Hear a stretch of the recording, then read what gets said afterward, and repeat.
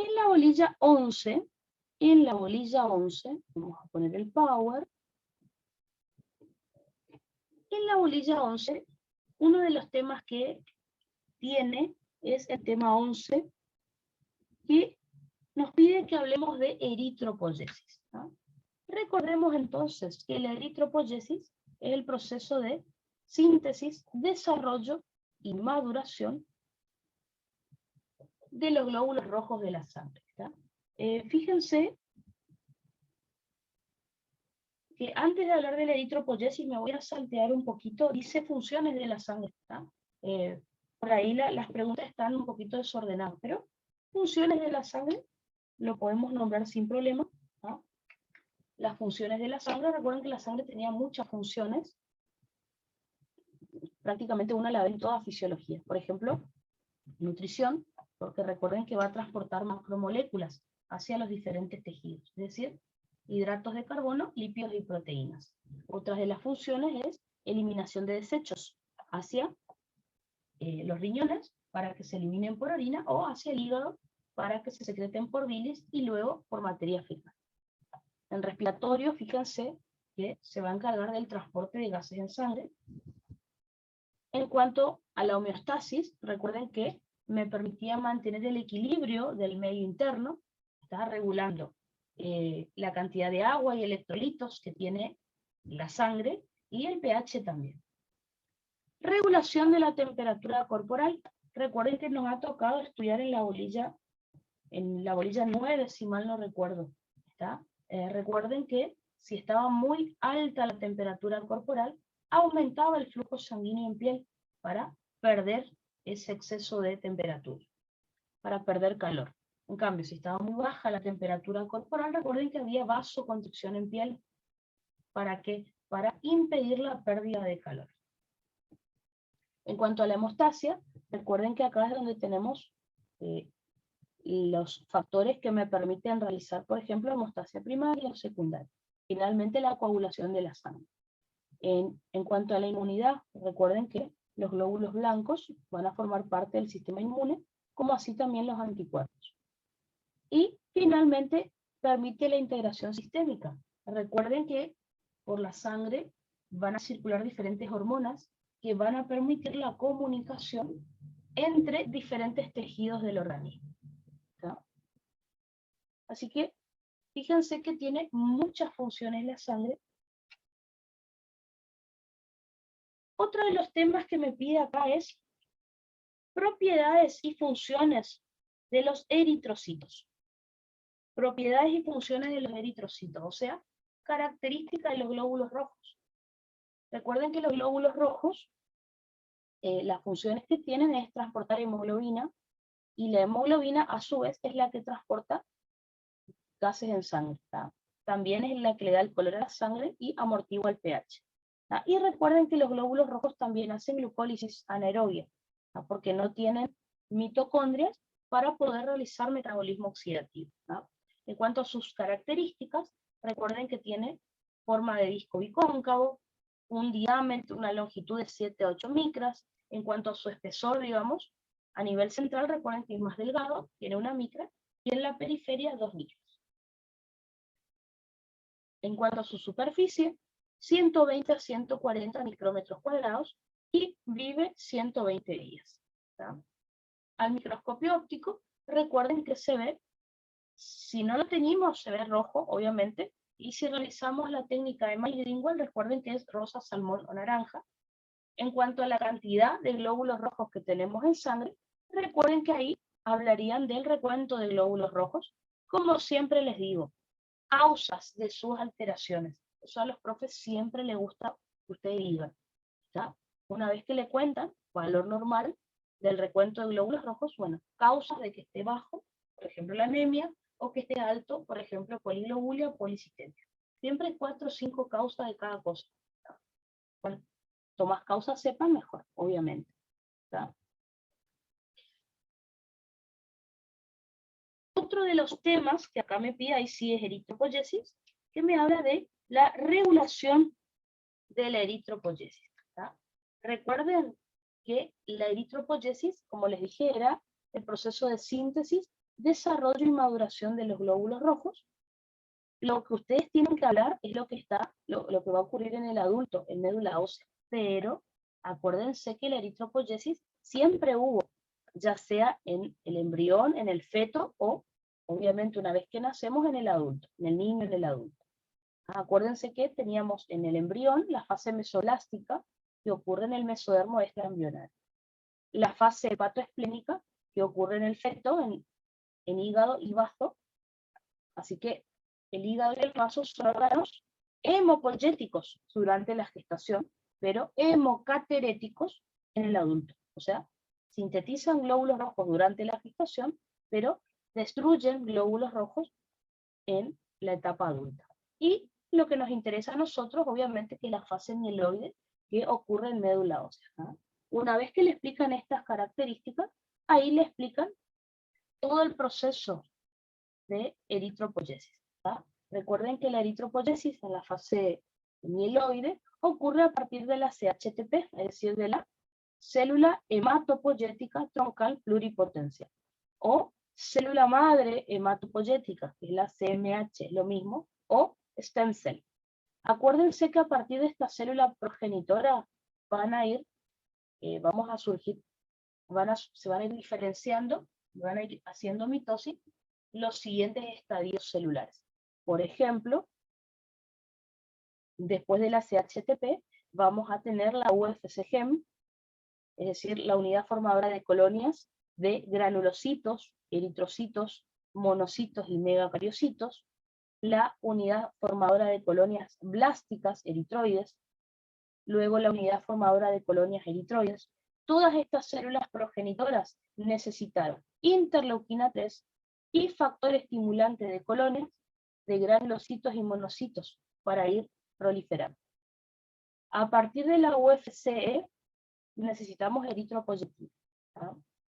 Y ahí ahí comienza la línea eritroide. Proeritroblasto, eritroblasto basófilo, eritroblasto policromático, ortocromático y reticulocito inmaduro, que hasta ahí van a estar en médula ósea. Una vez que tenemos reticulocitos maduros, estos salen a sangre y luego de 1 a 2 días se terminan convirtiendo en glóbulos rojos. Cuanto más completo este tema, mejor. Lo mínimo que tienen que saber para un oral es todo esto. Obviamente, cada una de las células, recuerden que desde la CHTP hasta la UFC, recuerden que no eran indiferenciadas al microscopio óptico, así que no podíamos saber qué forma tenía. Ahora, a partir de que comenzamos la línea eritroide, es decir, del proeritroblasto, al microscopio óptico se sabe qué características tienen estas células. Si ustedes recuerdan esto para el oral, mucho mejor, porque es súper completo, para que le expliquen a los profes. En glóbulos blancos no les van a joder tanto con que expliquen la forma de las células, pero en glóbulos rojos sí, lo mismo que para trombopoyesis, para plaquetas. Así que tengan en cuenta repasar por lo menos, más o menos cuánto mide de última, cómo es el núcleo, eso sería como lo más importante. Por ejemplo, el proeritroblasto tiene un núcleo grande que ocupa todo el citoplasma con 2 nucleoros y un tamaño de 25 micras. El eritroblasto basófilo es parecido al proeritroblasto, pero ya no tiene nucleolos. El policromático, fíjense como ya en el eritroblasto basófilo había comenzado la síntesis de hemoglobina, el policromático ya empieza a disminuir el tamaño del núcleo. El ortocromático, fíjense que ya el núcleo está destruido.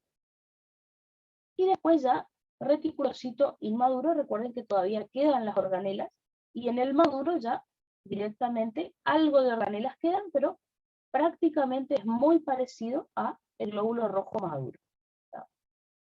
Una vez que le hablen de esto, tienen que hablar de los factores que me van a permitir esta eritropoyesis. Recuerden que el más importante que tienen que saber es la EPO.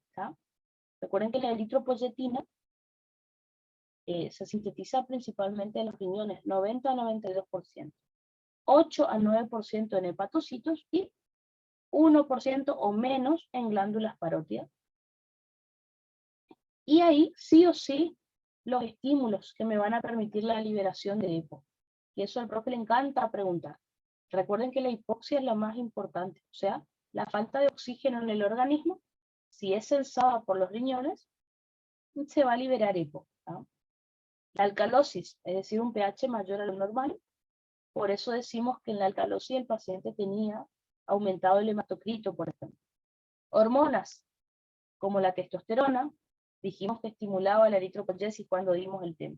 El cortisol también.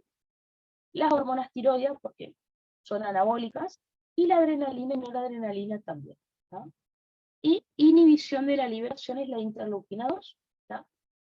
Le van a contar al profe todas las funciones que tiene la EPO, como por ejemplo, estimular la síntesis de proteínas, como receptores de transferrina, la hemoglobina, las proteínas de la membrana plasmática del glóbulo rojo, obviamente la captación de nutrientes como la glucosa, calcio, aminoácidos, hierro. Así que tiene muchas funciones importantes.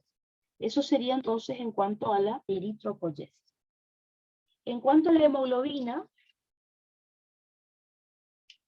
acá en el tema 11 me pide las funciones de la hemoglobina. Recuerden que las funciones de la hemoglobina es el transporte de gases en sangre, como el oxígeno y el dióxido de carbono, y le da el color al glóbulo rojo y a la sangre. Y en el oral,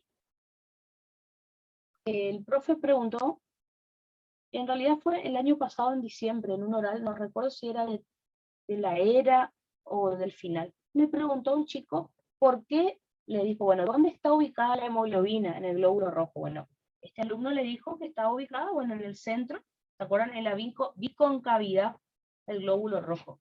Y ahí el profe le preguntó, ¿por qué es importante que la hemoglobina esté ahí, en ese lugar? ¿Por qué no está en la membrana? O sea, ¿o por qué la hemoglobina no está afuera? Está. En realidad lo que el profe le dijo, ¿por qué es importante para la hemoglobina el glóbulo rojo? Esa fue la pregunta, horrible. Vuelvo a repetir, ¿por qué es importante para la hemoglobina el glóbulo rojo? O sea, ¿por qué la hemoglobina tiene que estar en el glóbulo rojo? La hemoglobina tiene que estar en el citoplasma del glóbulo rojo, no en la membrana ni en el plasma, porque si la hemoglobina está en la membrana plasmática del glóbulo rojo, ya hemos visto en patologías que se va a empezar a formar agregados, y eso me va a dañar la membrana. Lo mismo, si la hemoglobina está disuelta en plasma, no sirve. ¿Por qué? Porque también empieza a sedimentar, se empieza a depositar en los tejidos, y no me sirve. O hasta se puede perder por orina. Entonces, sí o sí, tiene que estar dentro del glóbulo rojo, y no en la membrana plasmática, en el citoplasma, en el centro. Pregunta rara de oral, pero bueno, ya les comento por las dudas. Recuerden que aparte de darle el color rojo a la sangre, recuerden que es un amortiguador o tampón del pH. O sea, es una proteína, así que mantenía el pH dentro de los valores normales. Acuérdense que para la síntesis de hemoglobina necesitamos 2 succinil-CoA y 2 glicinas, y ahí se forma el ácido delta-aminoleucínico o delta-ALA. Luego de eso, el proceso hay que repetir 4 veces, porque se necesitan 4 ácidos aminoleucínicos para formar una protoporfirina 9. Luego, la protoporfirina 9 se va a unir al hierro más 2 y va a formar el grupo hemo. Y finalmente, el grupo hemo se va a unir a una cadena polipeptídica, que recuerden que puede ser una subunidad alfa o una beta, y formar la globina. Finalmente, las 4 globinas forman la hemoglobina. A ver, preguntitas. ¿Cuál era el ácido que evitaba que se peguen los glóbulos rojos? Ese era el potencial Z, eso pregunta Franco. El potencial Z, que era el NANA, era el ácido, ¿está? NANA significaba ácido acetilneuramínico, ¿está? La sigla en realidad es NANA, en mayúscula, así, ¿está? NANA. Entonces, lo que evitaba que se peguen los glóbulos rojos, que se adhieran entre sí y formen agregados, se llamaba ácido N-acetilneuramínico o NANA, que le daba carga negativa a la parte externa de los glóbulos rojos y evitaba que se peguen entre sí. Al tener carga negativa en su exterior, se repelían.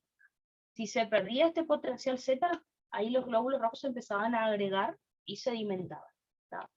¿Esa era tu pregunta, Franco?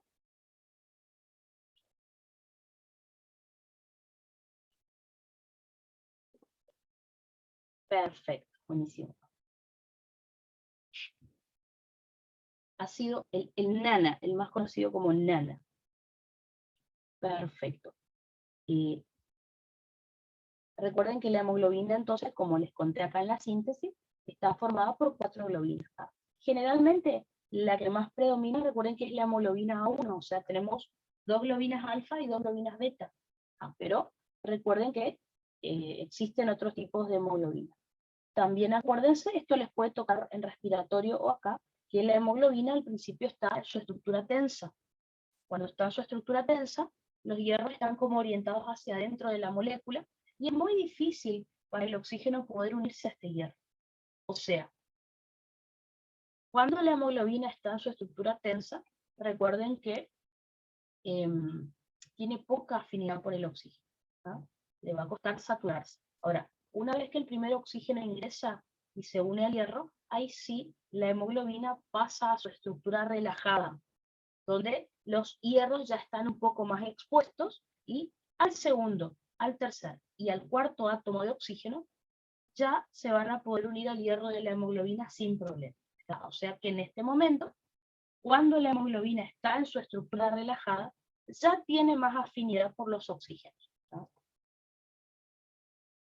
En cuanto al transporte, ya lo habíamos discutido en respiratorio. Recuerden que una parte del oxígeno está disuelto en plasma, que era 0,003 mililitros por ciento, y la mayor parte unida a los glóbulos rojos, que eso me da los contenidos arteriales y venosos. Acuérdense que el oxígeno se une al hierro de la hemoglobina, como ya nos tocó ver en la bolilla anterior. En el caso del dióxido de carbono, recuerden que el mayor porcentaje estaba unido, estaba dentro del glóbulo rojo. 23% como dióxido de carbono unido a la hemoglobina, 70% como protón unido a la hemoglobina, pero a los aminoácidos de las globinas, no al hierro. Y en el caso del monóxido de carbono, recuerden que el monóxido de carbono se une al hierro de la hemoglobina. Obviamente esto es patológico. En una intoxicación con monóxido de carbono, el monóxido se une al hierro de la hemoglobina. Imagínense que por eso va a desplazar al oxígeno, y ese es el problema. Esas entonces son las funciones que tiene la hemoglobina. Después,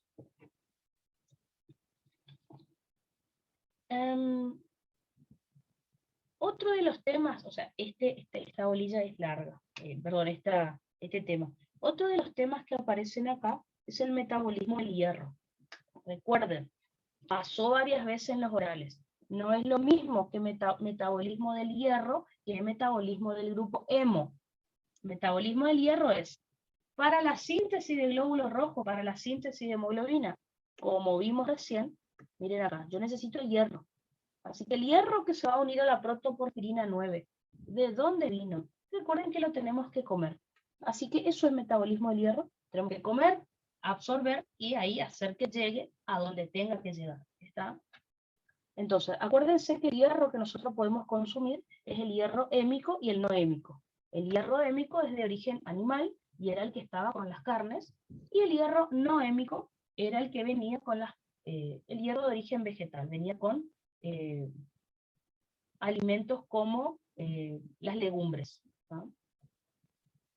Una vez que consumimos este hierro, le van a contar al profe cómo se va a producir la absorción. Acuérdense que esto ocurre en duodeno y yeyuno. Duodeno y yeyuno. Repasemos entonces qué es lo que estamos viendo acá. Recuerden, en el caso del hierro hémico, acuérdense que el hierro hémico, o sea, el hierro más 2, unido a la protoporfirina 9, va a ingresar al enterocito por el transportador de grupo hemo o transportador de hemina que están viendo acá. Una vez que ingresa, es atacado por la hemooxidasa 1, por la OX1, y se separa por un lado la protoporfirina, por el otro lado el hierro más 2. ¿Tá? Y listo, ahí ya tenemos hierro más 2 para continuar con el metabolismo. En el caso de que hablemos del hierro no hémico, recuerden que el hierro no hémico está libre en forma de hierro más 3. Así que para que pueda ingresar al enterocito, primero lo tenemos que reducir a hierro más 2. Recuerden que es por el citocromo B duodenal. Una vez que tenemos el hierro más 2, este hierro ingresa por la membrana apical del enterocito a través del transportador de metales divalentes tipo 1. Y ahí ya tenemos el hierro más 2 para continuar entonces con el metabolismo. Así que tanto el hierro hémico como el no hémico en algún momento me producen hierro más 2, que recuerden que podíamos hacer dos cosas con este hierro. Una parte lo íbamos a almacenar en forma de ferritina mucosa. Otra parte lo vamos a enviar hacia la sangre por medio de la ferroportina 1, pero recuerden, en sangre tiene que ser transportado por la transferrina. Así que una vez que sale por la ferroportina 1, lo vamos a tener que volver a oxidar a hierro más 3 por medio de la efestina. La proteína efestina, la enzima efestina. Ahí sí, el hierro más 3 se une a la transferrina y empieza a circular por sangre. Si queremos hacer eritropoyesis, recuerden que ahí el hierro se iba a ir a médula ósea, iba a ser endocitado por las células eritropoyéticas para participar de la síntesis de hemoglobina. Si no queremos hacer eritropoyesis, tenemos que almacenar este hierro. Lo podemos almacenar un poco, fíjense que ya quedó almacenado acá en intestino, pero principalmente el almacenamiento ocurre en hígado, donde podemos almacenar el hierro en los hepatocitos en forma de ferritina sérica o en las células de von Kupffer en forma de agregados de ferritina que se llaman hemosiderina. Todo eso era lo que podíamos hacer. Bueno, lo que estuvimos charlando recién, recuerden que ustedes lo podían repasar escrito también, como les quede mejor, que es lo que le van a explicar al profe. Perfecto. Eso sería entonces en cuanto al metabolismo del hierro.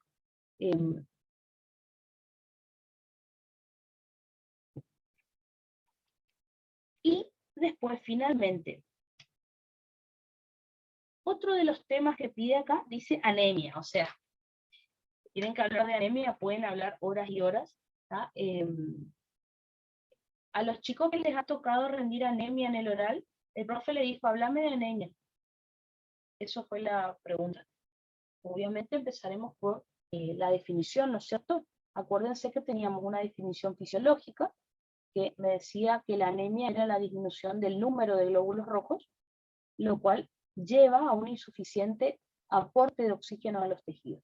Y después la definición operacional, que es la que me permite hacer el diagnóstico, que es la disminución de la hemoglobina por debajo de los valores normales.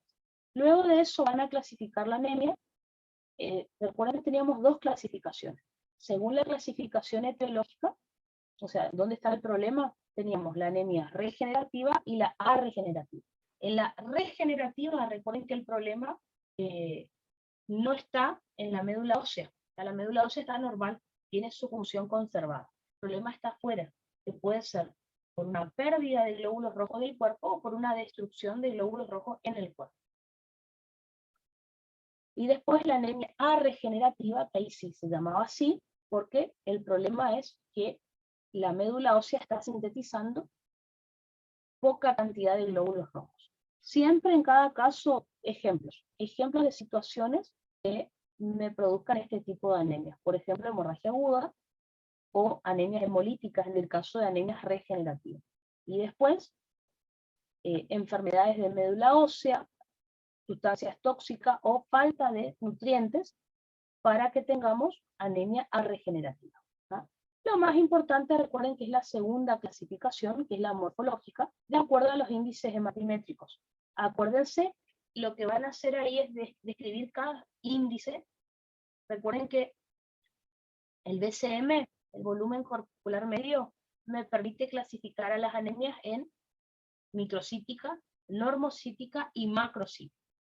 El HCM, es decir, la hemoglobina corporal media, me permite clasificar a las anemias en hipocrómicas o normocrómicas. El CHCM colabora con el HCM, o sea, la concentración de hemoglobina corporal media colabora con el HCM, nada más. No me clasifica nada. Y el AD o IDE, es decir, amplitud de distribución eritrocitaria o índice de distribución eritrocitaria, recuerden que me permite saber si el paciente tiene anisocitosis, es decir, si tiene demasiados glóbulos rojos con diferentes tamaños. ¿Tá? De cada índice le pueden describir la definición de cada uno y cómo se calcula. ¿Está? Hablen todo lo más que puedan, y bueno, una vez que le explican el cálculo y el valor normal, como los tipos de anemia que vamos a tener, como dijimos recién. ¿Está? Ahora, si el profe les pide cómo van a hacer el diagnóstico de anemia, acuérdense que, bueno, le pueden explicar la clínica también antes de hacer los diagnósticos. Recuerden, si ustedes miran el práctico de fisio, dice, signos y síntomas, clínica de anemia, y aparece la lista de la clínica. Ya saben, en un oral, yo no le puedo decir al profe de memoria, por ejemplo, no le puedo decir, bueno, la clínica de un paciente con anemia es frialdad de miembros, astenia, adinamia, mialgia, oliguria. No, porque el profe va a querer saber por qué. Todo lo que le dicen, ¿por qué? Entonces, siempre, si le van a decir que el paciente tiene frialdad de miembros, ¿por qué? Si le dicen oliguria, ¿por qué? Todo fisiológico, está todo con explicación fisiológica. Entonces, acuérdense que si el paciente tiene anemia, pero hasta 9, la hemoglobina está baja, pero hasta 9, generalmente es asintomática, así que lo único que vamos a observar es efecto Bohr.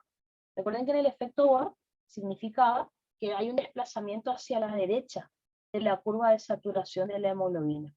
¿Qué significaba eso? Que disminuye la afinidad de la hemoglobina por el oxígeno. Así que la hemoglobina cede oxígeno a los tejidos y por eso no hay síntomas.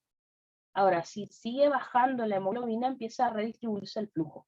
Es decir, disminuye el flujo en aquellos órganos que, entre comillas, no se consideran importantes y se envía hacia corazón y cerebro. Así que la vasoconstricción periférica hace que el paciente tenga, por ejemplo, frialdad de miembros, ¿ah? Palidez y sequedad de piel y mucosas, por falta de flujo sanguíneo en piel, astenia, adinamia y mialgias, por falta de flujo sanguíneo en músculos, oliguria, por disminución del flujo sanguíneo en los riñones, constipación, estreñimiento, si disminuye el flujo sanguíneo en digestivo, y disnea y taquipnea, si disminuye el flujo sanguíneo pulmonar. ¿Ah?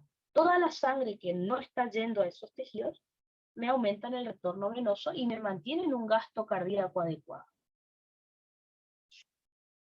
Finalmente, si el paciente ya tiene una hemoglobina demasiado baja, por debajo de 7,5 a 8, primero, criterio de transfusión.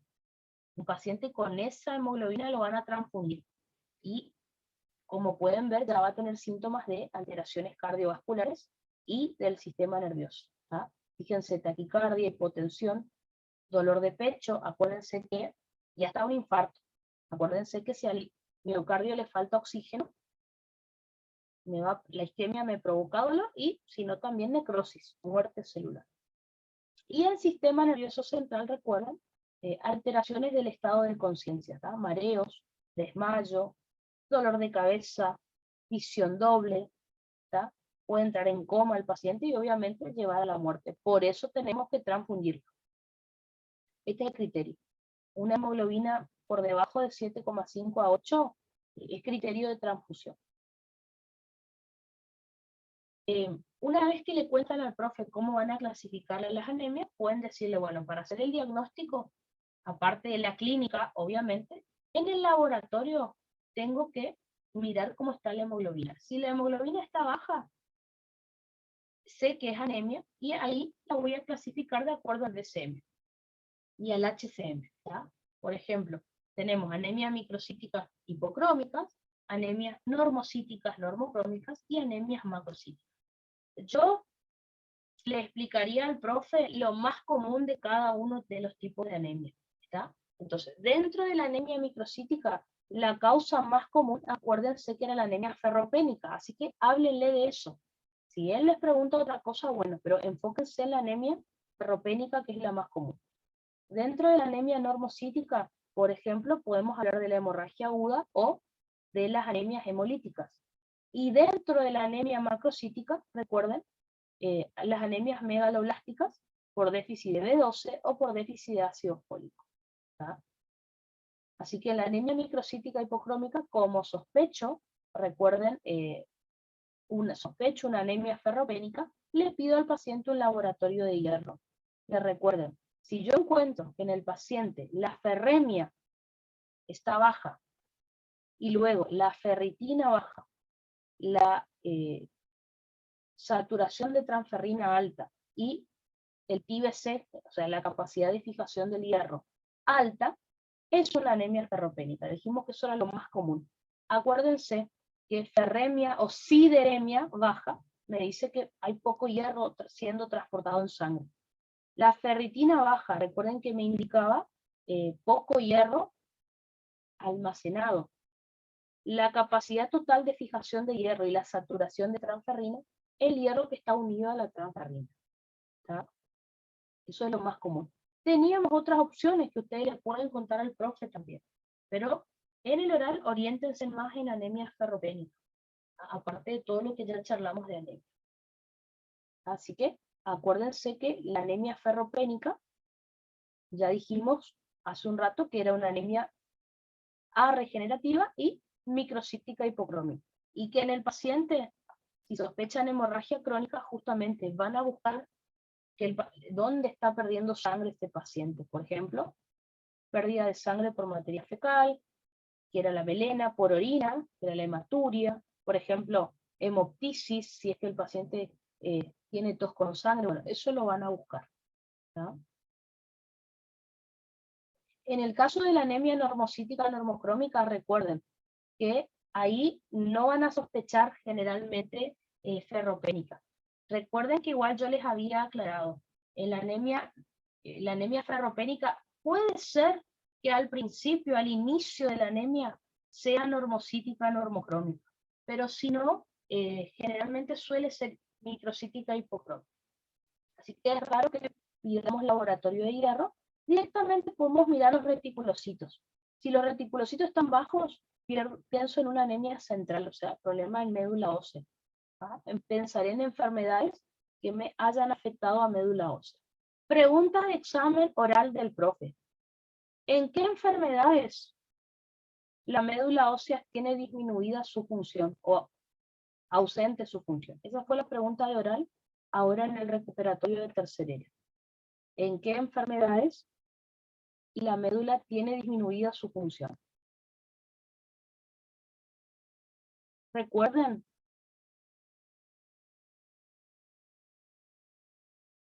no me acuerdo qué le contestó esta chica, pero no le contestó nada de esto. Aplasia medular. Recuerden que la médula ósea dejaba de funcionar directamente.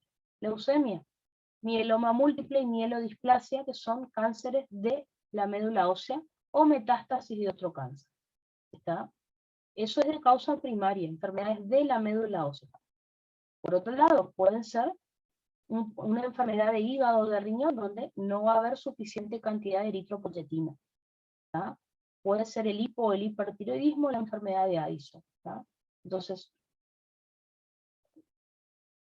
enfermedades de médula ósea, ya sean primarias o secundarias, que hacen que la médula ósea no funcione bien. ¿No? Así que ténganlo en cuenta, fue pregunta de oral cuando había que hablar de este tema que era la anemia.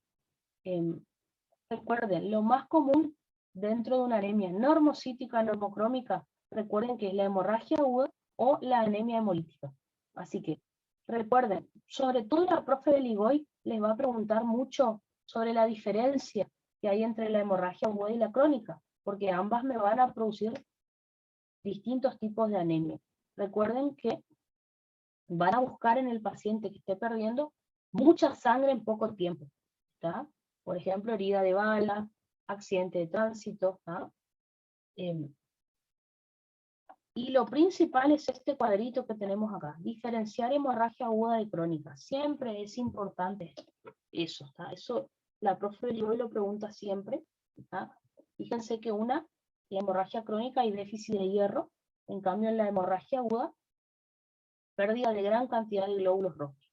Una anemia, la hemorragia aguda, por ejemplo, produce anemia A regenerativa o microcítica hipocrómica.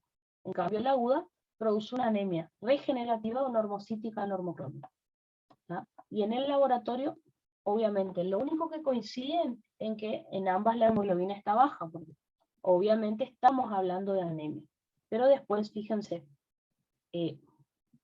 esta era microcítica hipocrómica, ¿ven? Por eso los índices hematimétricos están bajos, y esta es normocítica normocrómica, por eso los índices hematimétricos están normales.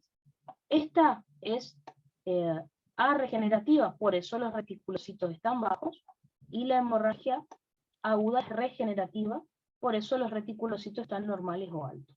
El hematocrito en la hemorragia crónica está bajo, y en la aguda, recuerden, pregunta de examen de Beligoy. ¿Cómo está el hematocrito en una hemorragia aguda? Dentro de la primera hora recuerden que está normal, porque se perdió la misma cantidad de plasma que de glóbulos rojos. Pero recuerden que después,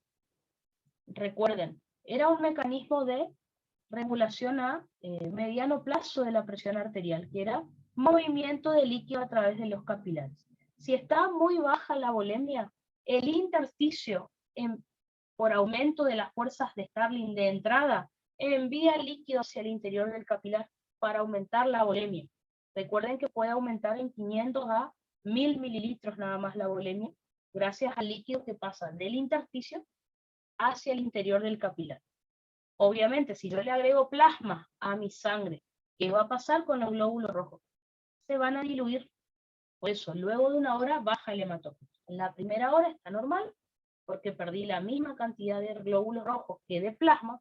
Pasado una hora, recuerden que va a disminuir, porque se diluye los glóbulos rojos por el líquido que llega del intersticio. ¿Ah?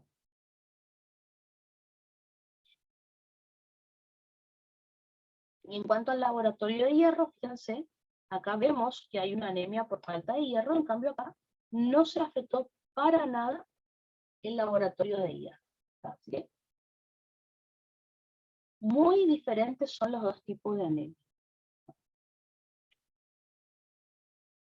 En el caso de la anemia macrocítica, acuérdense que por historia clínica, lo primero que van a descartar es que el paciente no tenga o alcoholismo, tabaquismo o drogadicción.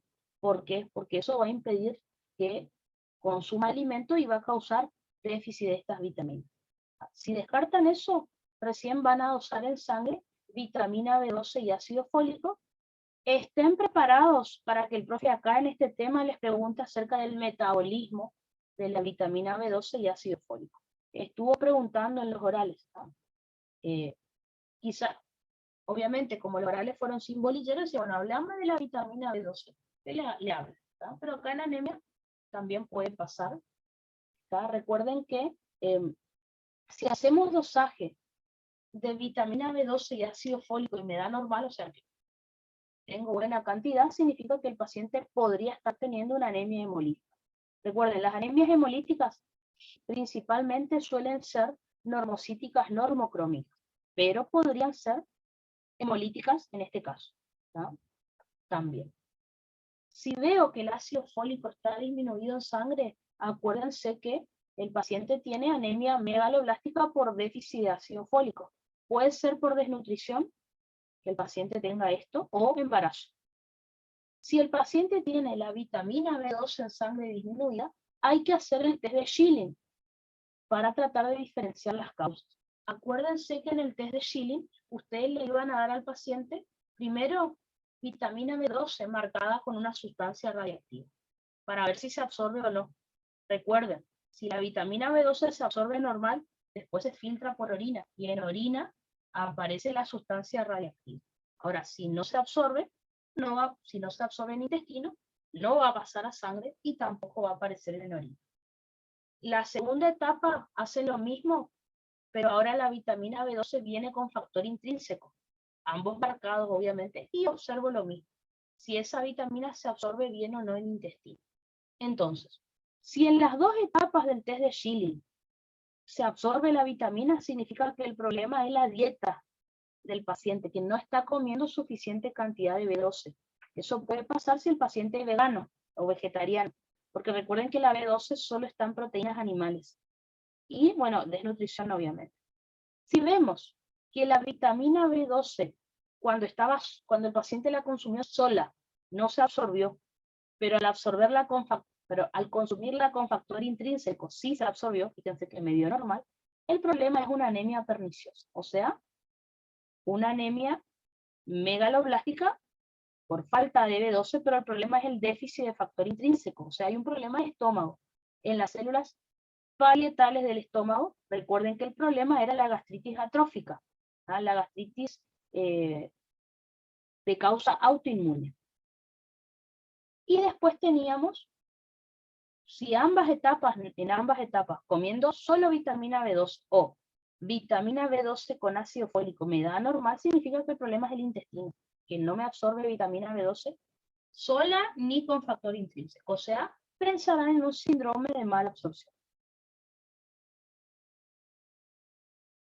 Como les dije, recuerden que la anemia megaloblástica por déficit de ácido fólico puede ser que el paciente no esté consumiendo ácido fólico, como la desnutrición, el alcoholismo, el embarazo, algún fármaco. En la anemia megaloblástica por déficit de B12 puede ser, como les dije, dieta vegana, un síndrome de mala absorción o la anemia perniciosa. Lo más importante de esto que el profe suele preguntar, perdón,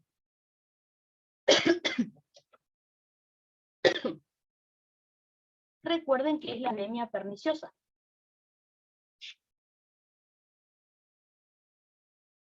La anemia perniciosa lo pueden repasar acá como anemia o lo pueden repasar también en la parte de digestivo, que también vimos este tema. Recuerden, no es que hay problema en el consumo de vitamina B12, es que el paciente no está secretando factor intrínseco. ¿Por qué?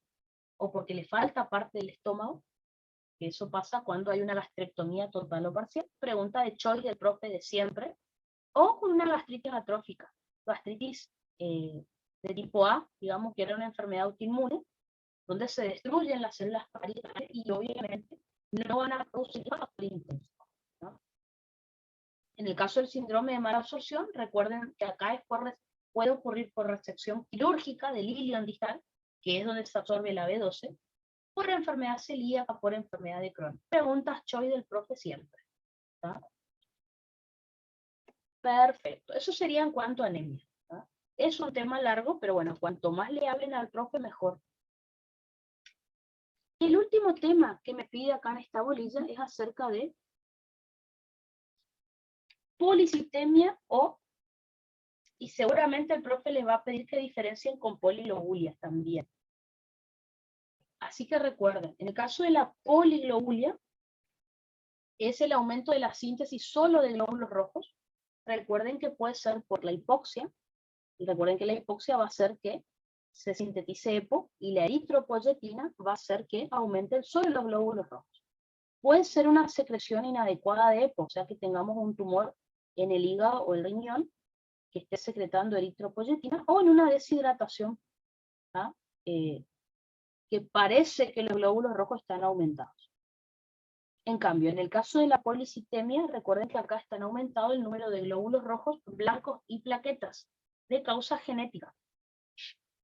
Recuerden que acá hay una mutación del receptor de eritropoyetina. Entonces, el receptor de eritropoyetina, o sea, la eritropoyetina, su mecanismo de acción lo cumple a unirse a un receptor asociado a proteínas JAK-STAT. Bueno, ¿cuál es el problema en la policitemia? Recuerden que ahí el problema es que aún sin que se una la eritropoyetina al receptor, el receptor se activa solo. O sea, sin necesidad de la hormona, el receptor se activa, y si el receptor se activa, se sintetiza muchísimos glóbulos rojos, blancos y plaquetas. Y esa sería la diferencia. ¿Está? Perfecto, entonces. Tema 11 de la bolilla 11, bastante largo, ¿tá? O sea, de ahí le podría preguntar al profe cualquier cosa que él quiera, ¿tá? Pero bueno, si les toca hablar, ustedes decidan por dónde quieren empezar, ¿tá? Como siempre les digo, pídanle al profe, ¿puedo empezar a hablar yo primero? Si les dice que sí, empieza, y si no, bueno, les preguntará él.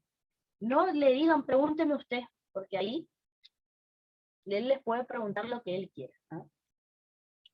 Otro de los temas entonces que va a entrar en la bolilla 11 es el tema 27, que es respiratorio. Fíjense que me habla de la regulación de la frecuencia y la amplitud respiratoria. Una de las cuestiones que me pregunta acá en este tema es sobre diferentes tipos de ventilación. Por ejemplo, dice,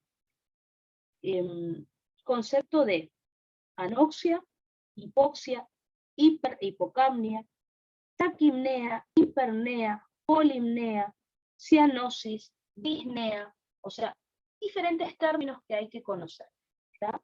Por ejemplo, no me pide acá bradipnea, pero lo vamos a repasar, ¿está?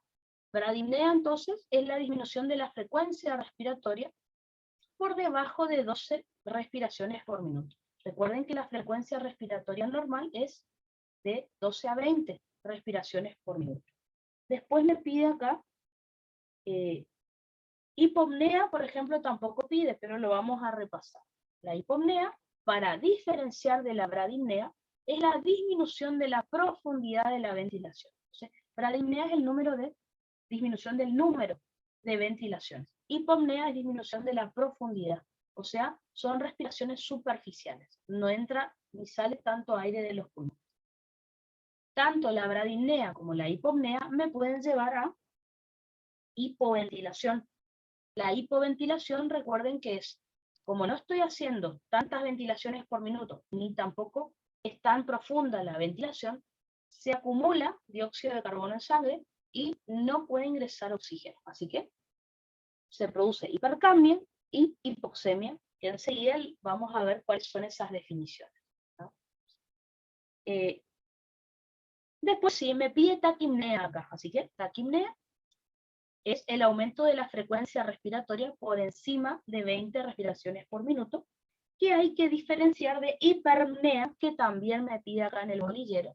La hiperpnea, recuerden que es el aumento de la profundidad de la ventilación, ¿tá? Ventilaciones más amplias, más profundas. Tanto la taquipnea como la hiperpnea, o ambas al mismo tiempo, la llamamos polimnea, ¿tá? Así que un paciente que tiene taquipnea con hiperpnea tiene polimnea, que lo pide también acá. Recuerden que un ejemplo de esto es el ejercicio, donde la frecuencia respiratoria está alta y también la profundidad de la ventilación.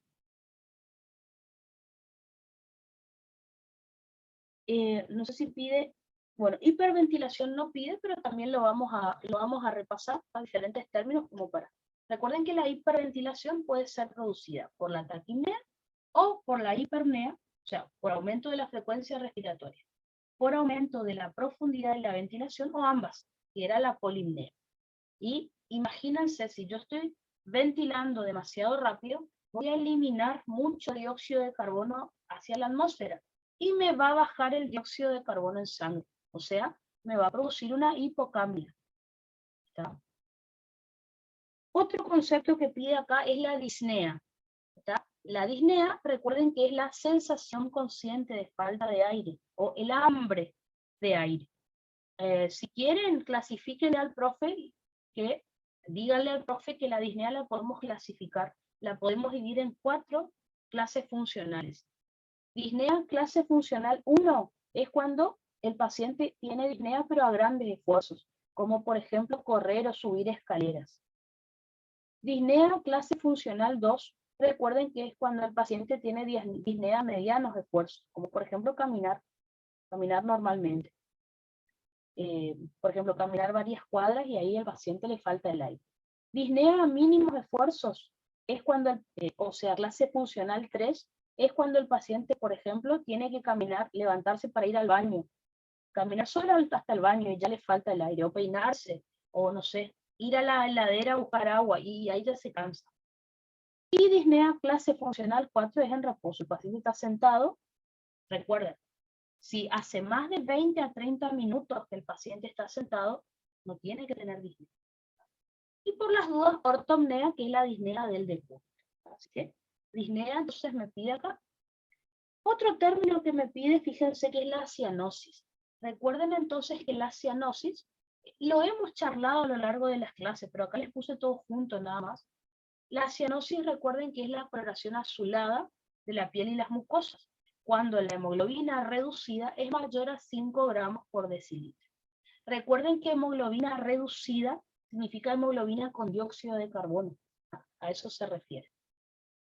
Acuérdense que cuando la sangre tiene mucho dióxido de carbono se vuelve más oscura que lo habitual, más violácea. Otro concepto que me pide acá en el bolillero es hipoxia, concepto de hipoxia. Recuerden que la hipoxia es un estado de deficiencia de oxígeno en la sangre, las células y los tejidos del organismo, con compromiso de la función de estos. Si quieren ahí, le pueden hablar de los tipos de hipoxia.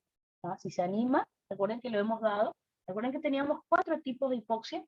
La hipoxia hipoxémica, la hipoxia anémica, la hipoxia isquémica o por éstasis y la hipoxia histotóxica.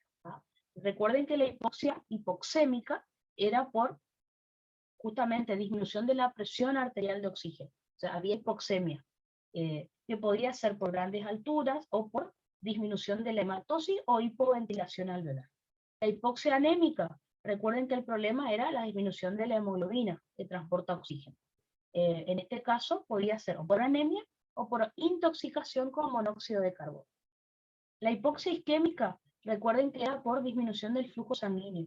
Podía ser por un coágulo de manera local, podía ser solo a nivel distal, como en el caso del shock, cualquiera de los tipos de shock que ustedes conocen, o podía ser global por una insuficiencia cardíaca.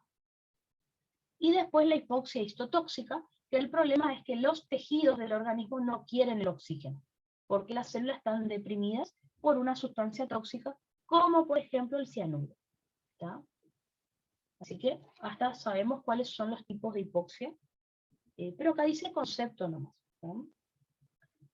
Les digo que lo repasen por las dudas si el profe se quiere meter ahí. Otro de los conceptos que me pide acá es el de anoxia. Anoxia es la ausencia total de oxígeno, lo cual es incompatible con la vida. Así que si el paciente tiene anoxia, se muere. Otro concepto que me pide acá es hiper e hipocapnia.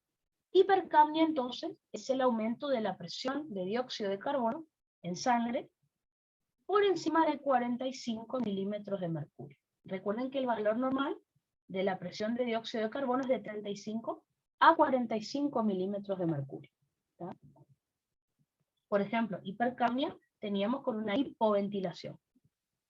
Después, hipocapnia, vamos a decir que es la disminución de la presión de dióxido de carbono por debajo de 35 milímetros de mercurio. Una hipocapnia, por ejemplo, es producida por una hiperventilación, que lo hemos discutido recién. ¿Está? Así que, diferentes conceptos que el profe les pide acá que relaten. ¿No? Bueno, como les dije hace un rato, como el profe me pide hipoxia, acá les había dicho, por las dudas, solo me pide el concepto, pero bueno, no sabemos si no les podía pedir que hablen de esto. ¿No? Fíjense, en la hipoxia hipóxica, como les dije recién, está disminuida la presión arterial de oxígeno por grandes alturas, como les dije, disminución de hematosis. En la hipoxia anémica se produce en la anemia o en la intoxicación por monóxido de carbono. En la isquémica, fíjense que podía ser por shock, trombosis, insuficiencia cardíaca. Y la histotóxica, recuerden que es con cianuro. Mucho más que esto, y el cuadrito, ¿se acuerdan de los valores del laboratorio? El profe no les va a pedir, ¿está? Él quiere saber cosas bien puntuales sobre hipoxia, que es como lo dimos nosotros. ¿Está? Otro de los ítems que me pide acá en el punto 27 es el volumen minuto respiratorio. O sea, aclaren que es el volumen minuto respiratorio, porque si dicen volumen minuto, eso es gasto cardíaco. ¿tá? Entonces, acuérdense que el volumen minuto respiratorio es el volumen de aire que pasa por la vía aérea, por los pulmones, por minuto. Acuérdense que su valor normal era de 6 litros por minuto, y lo calculamos haciendo volumen corriente por frecuencia respiratoria.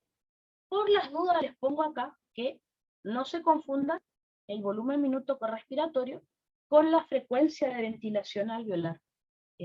Recuerden que en la frecuencia de ventilación alveolar yo quiero saber de todo ese volumen minuto respiratorio cuánto aire va a participar de la hematosis, o sea, el que va a llegar a las vías de intercambio, que son los alveolos y los bronquiolos respiratorios. El aire que queda en las vías de conducción, que era desde la nariz hasta bronquiolos lisos o terminales, no me sirve para hacer hematosis. Entonces, necesito sacar ese aire que no me va a servir, que es espacio muerto. Así que, recuerden que la frecuencia de ventilación alveolar la pueden sacar. Parecido a la fórmula anterior, o sea, volumen corriente menos el aire del espacio muerto, que era 150 mililitros en una persona sana, por la frecuencia respiratoria, o si no, como está en el constante, volumen de producción de dióxido de carbono por una constante dividido la presión alveolar de dióxido de carbono. Cualquiera de las dos formas, pero establezcan bien la diferencia entre estos dos, ¿tá? Después me dice, papel de los quimiorreceptores y centros respiratorios del sistema nervioso central. Dentro de esto, tenemos que estudiar el reflejo de Hering-Breuer, que era el de hiperinsuflación, el de los receptores de distensión pulmonar. Así que el reflejo de Hering-Breuer también entra acá. O sea, le van a tener que explicar al profe cuáles son los receptores sensitivos que van a captar algún estímulo en cualquier parte del cuerpo y cómo me va a afectar esto a los centros respiratorios.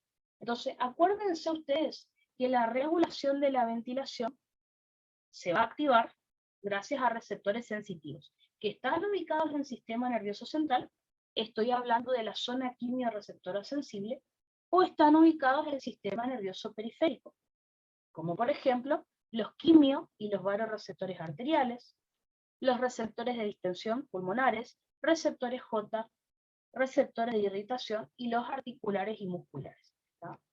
Así como les tocó hablar de, en otra bolilla, de regulación de la presión arterial, acá también, una vez que le clasifican, pueden empezar a hablar de uno por uno, ¿tá?